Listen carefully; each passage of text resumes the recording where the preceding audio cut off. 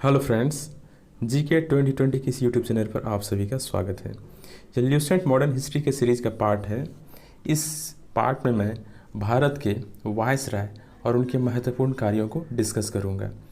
ये सारे question MCQ के फॉर्म में होंगे ताकि आपको समझ में आए कि एग्ज़ाम में किस तरह से क्वेश्चन पूछे जाते हैं। तो चलिए पहला क्वेश्चन देखते हैं। पहला क्वेश्चन है, प्रेस पर कठोर प्रतिबंध के लिए वर्नाक्युलर प्रेस एक्ट किस गवर्नर जनरल ने लाया था? तो लॉर्ड लीटन ने प्रेस पर कठोर प्रतिबंध के लिए वर्नाक्युलर प्रेस एक्ट लाया था। ये वर्नाक्युलर प्रेस एक्ट भारतीय भाषा की पत्रिका और समाचार पत्रों पर कठोर प्रतिबंध के लिए लगाया गया था। अगला प्रश्न है, किस गवर्नर जनरल के समय भारतीय शस्त्र अधिनियम पारित किया गया? तो जिस गवर्नर जनरल के समय भारतीय शस्त्र अधिनियम पारित किया गया था वो थे लॉर्ड लीटन। लॉर्ड लीटन के समय ही शस्त्र अधिनियम 1878 में पारित किया गया था और ये 1878 में ही वर्नाक्युलर प्रेस एक्ट भी लागू किया गया था। साथ ही 1878 में ही आंग्ल अफगान युद्ध, तृतीय आंग्ल अफगान युद्ध भी लड़ा गया था। अफगान युद्ध भी इसी 1878 में लड़ा गया था। अगला प्रश्न है, ये लेखक नहीं होगा, लीटन होगा। लीटन ने किस जगह मुस्लिम आंग्ल प्राच्य विश्वविद्यालय की स्थापना की थी? तो लीटन ने अलीगढ़ में आंग्ल प्राच्य विश्वविद्यालय की स्थापना की थी। इसकी स्थापना 1875 ईस्वी में की थी।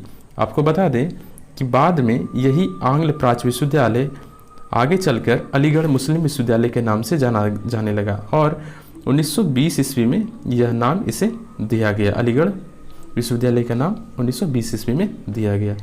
अगला प्रश्न है, किस गवर्नर जनरल के समय सिविल सेवा परीक्षा में प्रवेश की आयु अधिकतम जो सीमा थी 21 वर्ष से घटाकर 19 वर्ष कर दी गई?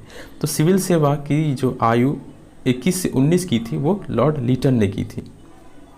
लॉर्ड लीटन ने ही 21 से 19 की थी। आपको बता दें, आईसीएस में पास करने वाला, सिविल सेवा पास करने वाला पहले भारतीय जो थे वो सत्येंद्रनाथ टैगोर थे। इसके अलावा आपको बता देते हैं कि कॉर्नवालिस ने ही सिविल सेवा परीक्षा की शुरुआत की थी और कॉर्नवालिस को भारतीय सिविल सेवा का जनक भी माना जाता है। अगला जो प्रश्न बनेगा वो लॉर्ड रिपन से बनेगा। तो लॉर्ड रिपन से बनने वाले जो महत्वपूर्ण प्रश्न है वो है, किस गवर्नर जनरल के समय वर्नाक्युलर प्रेस एक्ट को समाप्त किया गया यानी रद्द किया गया? तो 1882 ईस्वी में वर्नाक्युलर प्रेस एक्ट रद्द किया था लॉर्ड रिपन ने। लॉर्ड रिपन ने वर्नाक्युलर प्रेस एक्ट रद्द किया और लॉर्ड लीटन ने, अंतर है सिर्फ लीटन और उसमें नो और रो का है, तो लीटन ने लागू किया और रिपन ने रद्द किया 1882 में। अगला जो प्रश्न है वो है, किस गवर्नर जनरल ने स्थानीय स्वशासन की शुरुआत की? तो जिस गवर्नर जनरल ने स्थानीय स्वशासन की शुरुआत की थी वो लॉर्ड रिपन थे। लॉर्ड रिपन ने ही स्थानीय स्वशासन की शुरुआत की थी। स्थानीय स्वशासन के बारे में बता देते हैं आपको। स्थानीय स्वशासन में क्या था कि जो भी टैक्स उस क्षेत्र से वसूला जाता था, जिस भी क्षेत्र से, मान लेते हैं कोलकाता या मद्रास से कुछ टैक्स उस क्षेत्र से वसूला जाता है, तो उस टैक्स का जो खर्च होता था वो उसी क्षेत्र में किया जाता था, तो इसी को स्थानीय स्वशासन कहा जाता है। तो ये इसकी शुरुआत लॉर्ड रिपन ने की थी। अगला प्रश्न है, किस गवर्नर जनरल के समय से नियमित जनगणना कराई गई? तो जिस गवर्नर जनरल के समय से नियमित जनगणना कराई गई वे लॉर्ड रिपन थे। लॉर्ड रिपन के समय ही नियमित जनगणना स्टार्ट की गई। इसके पहले 1872 में लॉर्ड मेयो के समय जनगणना की शुरुआत की गई थी और उस समय देश की जनसंख्या 12.5 लाख थी। अगला प्रश्न देखते हैं। अगला प्रश्न है, लॉर्ड रिपन के समय शैक्षणिक सुधार के अंतर्गत किस आयोग का गठन किया गया? तो लॉर्ड रिपन के समय शैक्षणिक सुधार के लिए जिस आयोग का गठन किया गया था वो हंटर आयोग था। हंटर आयोग, इसके अध्यक्ष जो थे वो विल्सन हंटर थे। ठीक है। अच्छा, एक बात जो कई लोगों के मन में होगा, यहाँ तो शिक्षा का सुधार के लिए हंटर आयोग है, लेकिन एक हंटर कमेटी और बनाई गई थी। वो किस लिए बनाई गई थी? तो वो हंटर कमेटी जो बनाई गई थी वो जलियांवाला बाग हत्याकांड के जांच के लिए बनाई गई थी।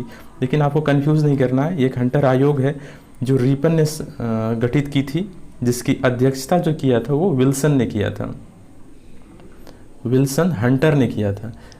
चूँकि इसका नाम भी लास्ट में हंटर आता है इसलिए इसे हंटर आयोग कहते हैं। और उसकी जो जलियांवाला बाग हत्याकांड की जांच के लिए जो गठित कमेटी थी उसका अध्यक्षता लॉर्ड हंटर ने किया था, लॉर्ड हंटर ने किया था।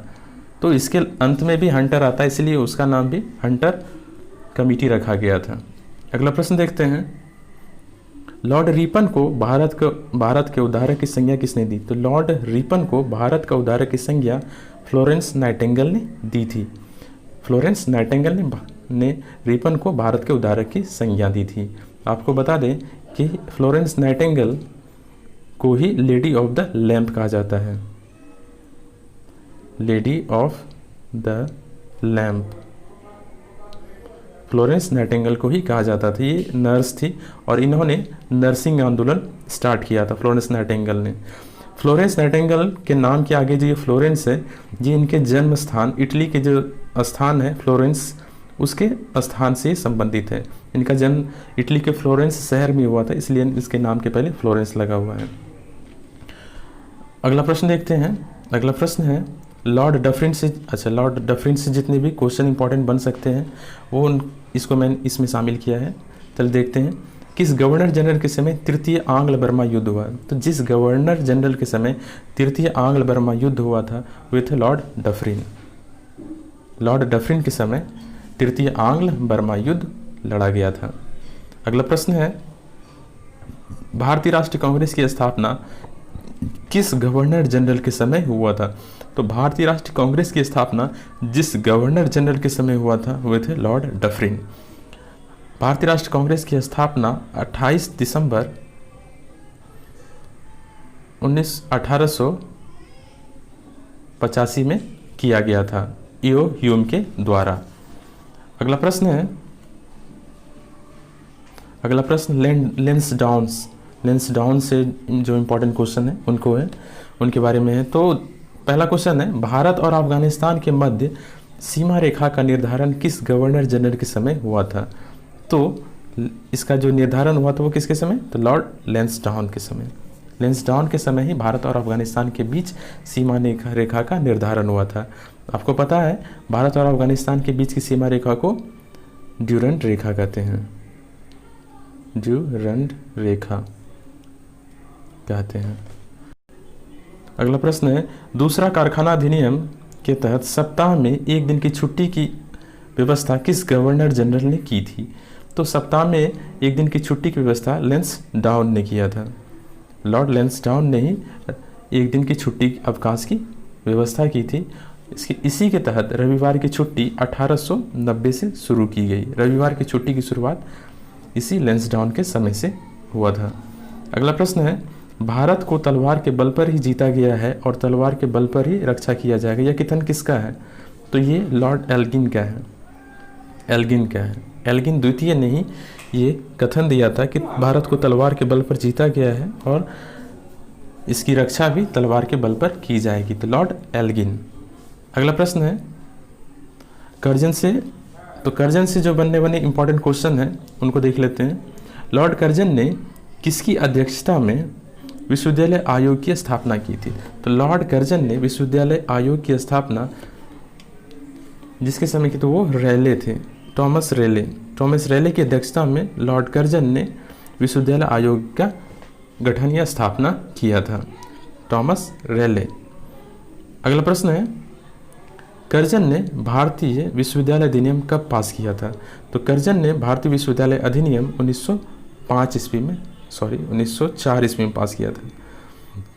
कर्जन ने भारतीय विश्वविद्यालय अधिनियम 1904 ईस्वी में पास किया था। अगला प्रश्न है, कर्जन ने किसकी अध्यक्षता में एक अकाल आयोग का गठन किया था? तो लॉर्ड कर्जन ने मैकडोनाल्ड की अध्यक्षता में एक अकाल आयोग का गठन किया था। अगला प्रश्न है, किस गवर्नर जनरल ने भारतीय पुरातत्व विभाग की स्थापना की थी? जिस गवर्नर जनरल ने भारतीय पुरातत्व विभाग की स्थापना की थी वे थे Lord Curzon. Lord Curzon, Lord Curzon ने भारतीय पुरातत्व विभाग की स्थापना की थी। अगला प्रश्न है, किस गवर्नर जनरल के कार्यकाल में विक्टोरिया मेमोरियल हॉल का निर्माण कराया गया? तो लॉर्ड कर्जन के समय ही विक्टोरिया मेमोरियल हॉल का निर्माण करवाया गया था। आपको याद होगा, इससे पहले बताया था विक्टोरिया, क्वीन विक्टोरिया को भारत की सम्राज्ञी 1877 में घोषित किया गया, साथ ही कैसरी हिंद की उपाधि दिया गया। अगला प्रश्न है, किस गवर्नर जनरल ने 1950 नहीं 1905 होगा, 1905 में बंगाल विभाजन किया था? तो 1905 में बंगाल का विभाजन जो किया था वो लॉर्ड कर्जन ने किया था। लॉर्ड कर्जन ने 1905 में बंगाल का विभाजन किया था। अच्छा, इस बंगाल विभाजन से जो बनाया गया था वो क्या क्या था? पूर्वी बंगाल और पश्चिमी बंगाल। पूर्वी बंगाल और पश्चिमी बंगाल को बनाया गया। पश्चिमी बंगाल आज का वेस्ट बंगाल है और पूर्वी बंगाल आज का बांग्लादेश है। बांग्लादेश है। पहले बांग्लादेश को पूर्वी पाकिस्तान के नाम से जाना जाता था। जिस समय ये बंगाल विभाजन किया गया था उस समय इसे पूर्वी बंगाल नाम दिया गया था।